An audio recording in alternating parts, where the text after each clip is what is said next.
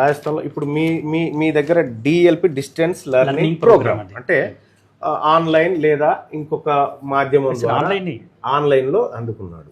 అంటే రాజస్థాన్లో ఉన్నటువంటి ఒక అబ్బాయి ఆన్లైన్ కోచింగ్ ద్వారా మీరు చెప్పిన చదువులతోని 9వ ర్యాంక్ సాధించినప్పుడు ఈడ మీరు డైరెక్ట్ గా చెప్పిన చదువులతోని ఎంతమంది ఎందుకు రారు? ఎవరెవరికి అందరికి వస్తుంది. వీళ్ళందరూ ఇప్పుడు దీంట్లో 17 మెంబర్స్ ఉన్నారండి. ఓకే, ఈ 17 మెంబర్స్ లో 4 మెంబర్స్ డిఎల్పి ఉన్నారు. వీళ్ళ వాళ్ళందరూ మా క్లాస్ రూమ్ ప్రోగ్రామ్ వాళ్ళు. ఏ క్లాస్ రూమ్ ప్రోగ్రామ్ వాళ్ళు? క్లాస్ రూమ్ అండి. ఎక్కడ? అంటే 2 years క్లాస్ రూమ్స్ ఉన్న వాళ్ళు. అదే సార్ నేనేమంటున్నా, ఇప్పుడు ఫర్ ఎగ్జాంపుల్ ఈ అబ్బాయి తీసుకోండి సార్. ఈ అబ్బాయి హనీష్, ఈయన నారాయణ కూడా అబ్బాయి. ఓకే, నారాయణ కూడా అబ్బాయి. ఈయనది all India 6th rank state all India. ఇక్కడ చూడండి ఓబీసీ అండి. ఈయన ఓబీసీలో 6th ర్యాంక్ అండ్ ఇదే స్టూడెంట్ కి ఆల్ ఇండియాలో 21st ర్యాంక్ వచ్చింది. ఇప్పుడు అఫీషియల్ గా 2 రకాల ర్యాంకులు ఇస్తారండి. ఒకటేమో ఆల్ ఇండియా ర్యాంక్ ఇస్తారు, ఇంకోటేమో కేటగిరీ ర్యాంక్ ఇస్తారు. ఆ కేటగిరీ ర్యాంక్ నే ముందెందుకు వేసినారు పెద్దగా? చూడండి అక్కడ సార్ నేనేమంటున్నా, కేటగిరీ ర్యాంక్ నే ముందెందుకు వేసినారు? ఆల్ ఇండియా ర్యాంక్ వదిలేసి తప్పేమో సార్. ఇది చూస్తే జనం ఏమనుకుంటారు? దాంట్లో తప్పేముందా? నేనేమంటున్నా, మేమైనా మార్ఫింగ్ చేసినామా దాంట్లో ఏమైనా? ఇప్పుడు మార్ఫింగ్ దగ్గర పోదాం, నేనేమంటున్నా, ఇప్పుడు ఇతనికి వచ్చిన ర్యాంకు వాస్తవానికి మీరు చెప్పింది ఎంత? 21st అండి. 21 ర్యాంక్ వచ్చింది ఇతనికి. కానీ ఇతనికి 6వ ర్యాంక్ వచ్చింది ఓబీసీ కోటాల అనేది మీరు క్లెయిమ్ చేస్తున్నటువంటి అంశం ఉందండి. ఇక్కడ ఇతను ఇక్కడ 2 years క్లాస్ రూమ్ స్టూడెంట్, ఇది నేరుగా రాసినారు, ఇది గైడ్ లైన్స్ ప్రకారం పెట్టినారు. మరి ఇతనికి ఏం పెట్టినారు? ఇతను ఇక్కడ పెట్టాం కదా డిఎల్పి అని చెప్పి. ఈ డిఎల్పి అంటే ఏంటండి? క్లారిటీగా పెట్టాలి కదా. డిస్టెన్స్ లెర్నింగ్ ఎక్కడ 2 years ప్రోగ్రామ్ ఎలా ఉంటుందో డిఎల్పి ప్రోగ్రామ్ అలానే ఉంటుంది. ఇది సాధారణ పబ్లిక్ ఏం తెలుస్తుంది డిఎల్పి అంటే? అందరికి తెలుసు అండి. అందరికి తెలుసు. అందరికి తెలుసు సార్. ఇప్పుడు ఒకటండి మిత్రులారా, ఒకటి ఇక్కడ ప్రజలు అర్థం చేసుకోవాల్సింది, ఇక్కడ ఉన్నటువంటి చిన్న డిఎల్పి అనేది బ్రాకెట్ లో పెట్టినారు కదా, ఇదంటే శ్రీ చైతన్యలో పిల్లల్ని చదివిపిస్తున్న తల్లిదండ్రులందరికీ డిఎల్పి అంటే ఏందో తెలుసు అని యాజమాన్యం చెప్తా ఉంది. అయితే విషయం ఏంటంటే, నేను హెల్త్ అండ్ ఎడ్యుకేషన్ రిపోర్టర్గా తెలంగాణ రాష్ట్రంలో దాదాపు 6 సంవత్సరాలు బ్యూరోగా పనిచేసిన. ఈ డిఎల్పి అనేది నాకే తెలియదు వాస్తవానికి. ఇప్పుడే తెలుసుకుంటున్నా. ఇది కొత్త విషయాన్ని తెలుసుకున్నందుకు ధన్యవాదాలు. ఈ రెండో విషయం ఏంటంటే, దీంట్లో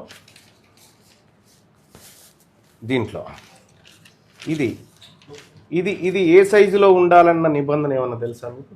ఏదండి? ఈ disclaimer as per the norms ప్రకారమే మేము ఇచ్చామండి. ఇది ఎంత ఉండాలండి? సార్ ఇప్పుడు ప్రతి విషయం నాకు తెలియదండి. ఎందుకంటే ఇప్పుడు మా అడ్వర్టైజింగ్ ఏజెన్సీ వాళ్ళకి మేము యాడ్స్ ఇస్తాం. వాళ్ళు ఇదన్నా మీరు చదవండి సార్, మీకన్నా కనిపిస్తుంది చదవండి సార్.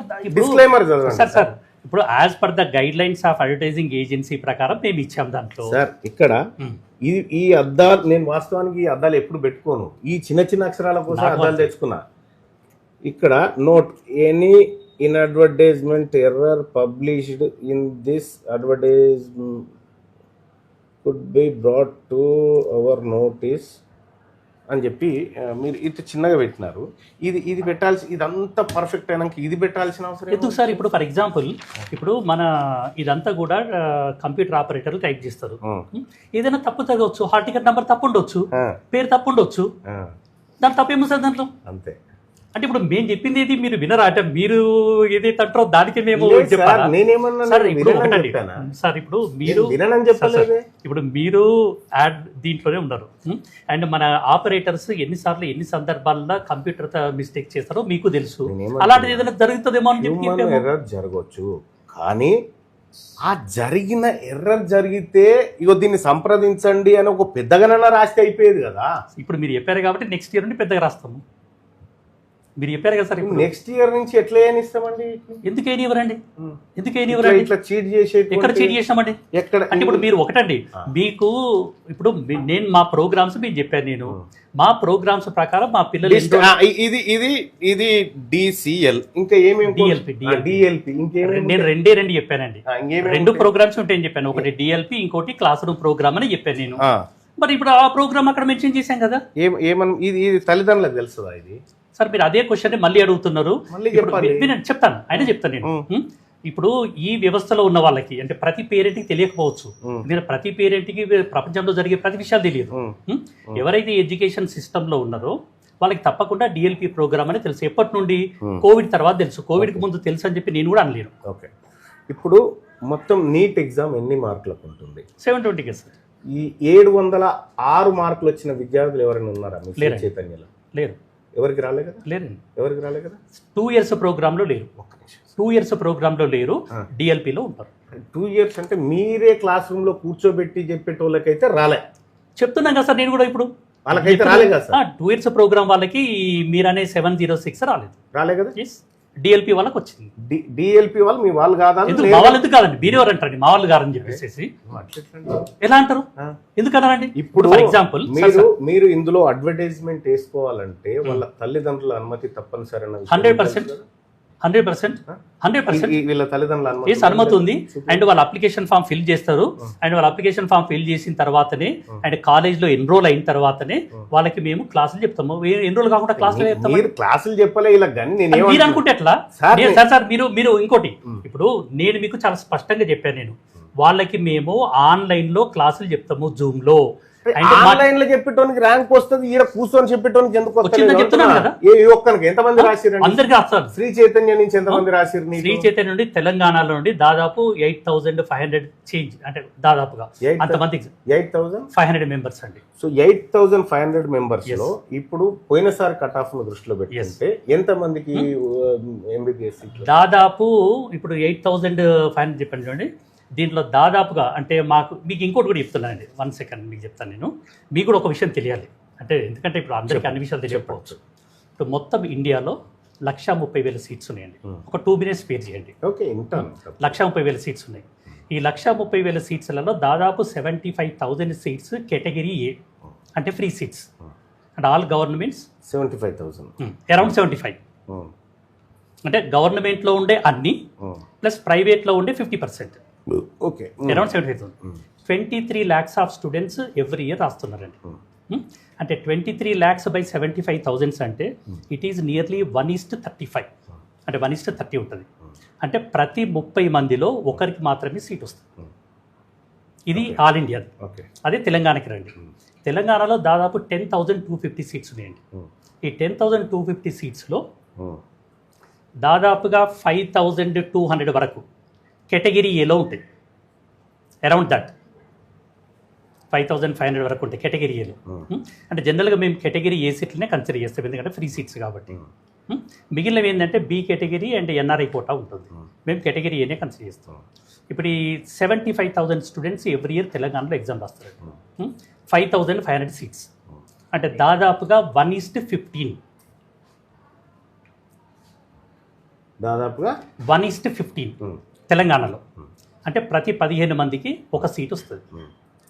ఇప్పుడు చైతన్యలో 8,500 ప్లస్ ఎగ్జామ్స్ రాశారని చెప్పి నేను చెప్తున్నాను. నేను ఈ 8,500లో దాదాపుగా మాకు అంటే ఓన్లీ కేటగిరీ ఏలోనే దాదాపు ఒక 4,000 సీట్స్ వస్తాయండి. అంటే 4,000 తెలంగాణలో ఉన్న సీట్లు ఏంటండి? 5,250 అండి. అరౌండ్ 5,500 తెలంగాణలో ఉన్నటువంటి కేటగిరీ ఏ కేటగిరీ దాదాపు 5,500 వరకు ఉంటాయి. ఈ 5,500లో దాదాపు 2,800 ఇంకొంచెం ఎక్కువ 2,800 అరౌండ్ 3,400 ప్లస్ మాకు సీట్లు వస్తాయండి. మిగిలిన ఏంటండి? దాన్ని మైనస్ చూసుకోండి. ఎంత? 3,500 ప్లస్ ఉంటుందండి. 3,500 ప్లస్ సీట్లు మీకు మీకు వస్తాయి. ఆ తర్వాత అది అవుట్ ఆఫ్ 5,500 అండి. అదే నేను అదే రాస్తున్నా. ఇప్పుడు 5,500 సీట్లలో 3,500 సీట్లు ఓన్లీ శ్రీ చైతన్యకు వస్తాయి తెలంగాణలో. మరి ఈ గాడిద ఏంది ఇట్లా చెప్పిండు మాకే అడగోలుగా వచ్చినాయని? ఎవరికండి? ఈయన నారాయణ. ఆయన ఏం చెప్పాడో నాకేం తెలుస్తుందండి.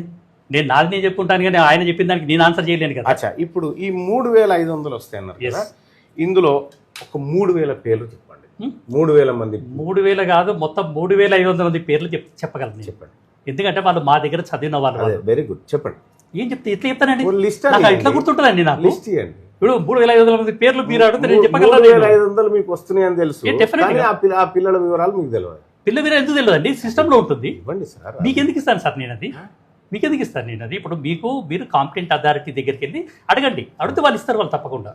ఇప్పుడు మీరు అడిగారని మీ చెప్పి మీ మీ అథారిటీ ఏమో ఈయన దగ్గర అన్నున్నది, ఈయన దగ్గరికి వెళ్ళండి అని చెప్పి. సార్ మా వాళ్ళు ఏం చెప్పారంటే ఇట్లా మల్లన్న గారు వస్తారు, ఆయన అడిగిన క్వశ్చన్లకి మీరు ఆన్సర్ చెప్పండి అన్నారు. మీరు అడుగుతున్నారు, నేను ఆన్సర్ చెప్తున్నాను నేను. అండ్ నాకు కూడా అది చెప్పారు, నేను కూడా మీకు అదే చెప్పాను. నేను మీరు అడిగిన ప్రతి దానికి నేను ఆన్సర్ చెప్తానని చెప్పి. ఏం ఆన్సర్ చెప్తున్నా? ఏం చెప్తలేదండి. అంటే ఇప్పుడు అంటే మీ ఉద్దేశంలో మాకు సీట్లు రావట్లేదన్న మీ ఉద్దేశం? ఇవన్నీ మీ సీట్లు అనుకుంటున్నా. 100%. మీరెవరండి కాదని చెప్పడానికి? అది నువ్వెవడు ఇది వేసుకోవడానికి? మా పిల్లలు కాబట్టి మేము వేసుకుంటున్నాం. వీళ్ళు మీ పిల్లల? 100%. నీ పిల్లల మీద 100% మా పిల్లలండి. ఇగో మీరు సార్ ఇప్పుడు మీరు ఇలా ప్రెజర్ చేయడము, ఫోర్స్ చేయడం అనేది పద్ధతి కాదు. వీళ్ళు మా పిల్లలు, వీళ్ళందరూ శ్రీ చైతన్య విద్యార్థులు. పిల్లల మీద ఒట్టేసి చెప్పు. Sir it is not an emotional thing. అది అంటే ఏంటంటే అంటే మీరు ఏది చెప్తే అది. ఇంకొకసారి మీరెవరు అంటే నేను లేచేస్తా మరి. నేను ఆ టైం సార్ వినండి సార్, వీళ్ళు మా విద్యార్థులు అని చెప్పి చెప్తున్నాను. ఇదిగో నేను చెప్పేది ఏంటో, శ్రీనివాస్ కుమార్ గారు వీళ్ళు మీ పిల్లలు కాదనేది లోకమంతా ఎరక. 100% రాంగ్. వీళ్ళు మా పిల్లలు. వీళ్ళతోటి నేను బస్ కిరాయిలు పెడతా, నేను ఫ్లైట్ టికెట్లు బుక్ చేస్తా, ఎప్పుడు పోదని చెప్పి పిల్లల దగ్గరికి. మీ ఇష్టం వచ్చినప్పుడు పోండి, మీ మీరు ఇష్టం రండి. వచ్చినప్పుడు నువ్వు చూపిద్దు దాన్ని. మీ ఇష్టం వచ్చినప్పుడు. సార్ ఇంకో ఒకటండి, ఇప్పుడు మీరు నన్ను అడుగుతున్నారు, మా దగ్గర అప్లికేషన్ ఫామ్స్ కూడా ఉన్నాయి. మీకు కావాలంటే నేను అప్లికేషన్ ఫామ్స్ కూడా చూపిస్తాను. చూపించండి. ఎవరిది కావాలంటే ఎవరిది కావాలి చెప్పండి. వీళ్ళ అప్లికేషన్ ఎవరిది కావాలి చెప్పండి. గౌరవ్ సింగ్ ది అప్లికేషన్ ఇవ్వండి.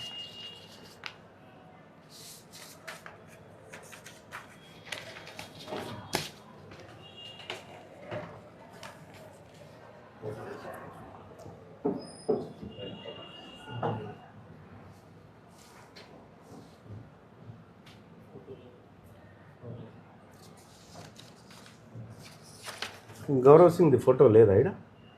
ఇక్కడ లేదండి. అచ్చా సార్ మల్లన్న గారు, మళ్ళీ చెప్తున్నాను నేను, ఇప్పుడు మాకు రాని రిజల్ట్ని మేము ఇంతవరకు ఎప్పుడు ఎందుకండి ఎందుకంటే సార్ మీరు అడుగుతున్నా చెప్పాలి కదా సార్. ఒక్క నిమిషం. ఇక చూడు, ఈడనేమో డిఎల్పి అని పెట్టుకున్నావు గౌరవ్ సింగ్ ది, ఈడనేమో ఏఐటిఎస్ అని పెట్టారు. డిఎల్పి టిక్ లేదు ఎందుకు? డిఎల్పి ప్రోగ్రామ్ లో ఏఐటిఎస్ ఇంటిగ్రేటెడ్ అండి. డిఎల్పి ప్రోగ్రామ్ లో ఏఐటిఎస్ ఉంటుంది. సార్ వినండి, ఏఐటిఎస్ అంటే ఆల్ ఇండియా టెస్ట్ సిరీస్. ఈ ఆల్ ఇండియా టెస్ట్ సిరీస్ అనేది శ్రీ చైతన్యలో ఉన్న ప్రతి స్టూడెంట్ కి ఉంటుంది. ప్రతి స్టూడెంట్ కి ఇప్పుడు ఫర్ ఎగ్జాంపుల్ వీళ్ళున్న చూడండి, ఓన్లీ శ్రీ చైతన్య వాళ్ళే రాస్తారా ఇది? బయట వాళ్ళు కూడా ఎన్రోల్ చేసుకోవచ్చు అండి. బయట వాళ్ళు కూడా ఎన్రోల్ చేసుకోవచ్చు. మా శ్రీ చైతన్య కాలేజ్ కాదు కదా, నేను చెప్తున్నాను కదా, మా కాలేజ్ స్టూడెంట్ కాదు కదా, కాలేజ్ స్టూడెంట్ కాదు, మా అకాడమీ స్టూడెంట్. నేనేమంటున్నా వినండి, మీ కాలేజ్ స్టూడెంట్ కాదు ఇతను, కానీ మీ శ్రీ చైతన్య యాడ్ లో మాత్రం ఇతను మీ స్టూడెంట్ లాగా క్లెయిమ్ చేస్తారు. ఒక మాట శ్రీ చైతన్య అనేది నేషనల్ లెవెల్ ఇన్స్టిట్యూట్. నేనేమంటున్నా సార్, నేను మీరు అడుగుతున్నా చెప్తున్నాను కదా సార్. ఇది ఫోటో తీసుకురా. మీరు అడుగుతున్నప్పుడు చెప్తున్నారు. అది ఇచ్చిపెట్టు, ఇది చూపించండి సార్. ఏదండి ఇది? ఈ గోయల్ది సార్. నేను మీకు ఆ రోజు కూడా నేను చూపిస్తాను, మేము ఇవ్వమని చెప్పి చెప్పాను. మీరు మా ఎదురుగానే ఫోటో తీసుకోమని అంటున్నారు. ఇంకా నేను ఏం చెప్పాలి మీకు? సార్ ఇది కాన్ఫిడెన్షియల్ ఇన్ఫర్మేషన్. ఇది ఇప్పుడు పేరెంట్స్ మా మీద ఫోర్స్ పెడుతున్నారు, వేరే వాళ్ళకి ఎందుకు ఇస్తున్నారు అని చెప్పేసి. ఇందులో చదువుతున్న పేరెంట్స్ నా దగ్గర 4-5 అప్లికేషన్లు ఉన్నాయి. ఉండొచ్చు సార్, మరి నేను లేదన్నట్టున్నా. కాన్ఫిడెన్షియల్ ఏంటంటే ఆయన బొమ్మ మీదే సార్. పేరెంట్ మీకు ఇస్తే దాన్ని నేను ఎట్లా అంటాను? సార్ నేనేమంటున్నా, బొమ్మ పేపర్ల బాధతో బొమ్మ వేసినాక కాన్ఫిడెన్షియల్ అంటారు. ఎలా ఉంటుంది అంటే ఇప్పుడు ఫర్ ఎగ్జాంపుల్ ఇప్పుడు పిల్లల phone numbers data board of intermediate ఉంటుంది, ఎక్కడైనా ఉంటుంది. ఇప్పుడు ఎవరైనా పేరెంట్కి ఫోన్ వచ్చింది అనుకోండి, వాళ్ళు పేరెంట్ మమ్మల్ని బొంబాడి చేస్తున్నారు, మీరు ఎందుకు ఫోన్ నెంబర్ ఇస్తున్నారు సార్? మేము ఎందుకు ఇస్తాం ఫోన్ నెంబర్ సార్? ఒకటి విషయం ఏంటంటే ఇతను ఒకసారి గోయల్ది ఒకసారి చూపించండి సార్. సార్ లేదండి, నేను చూపిస్తాను. నేను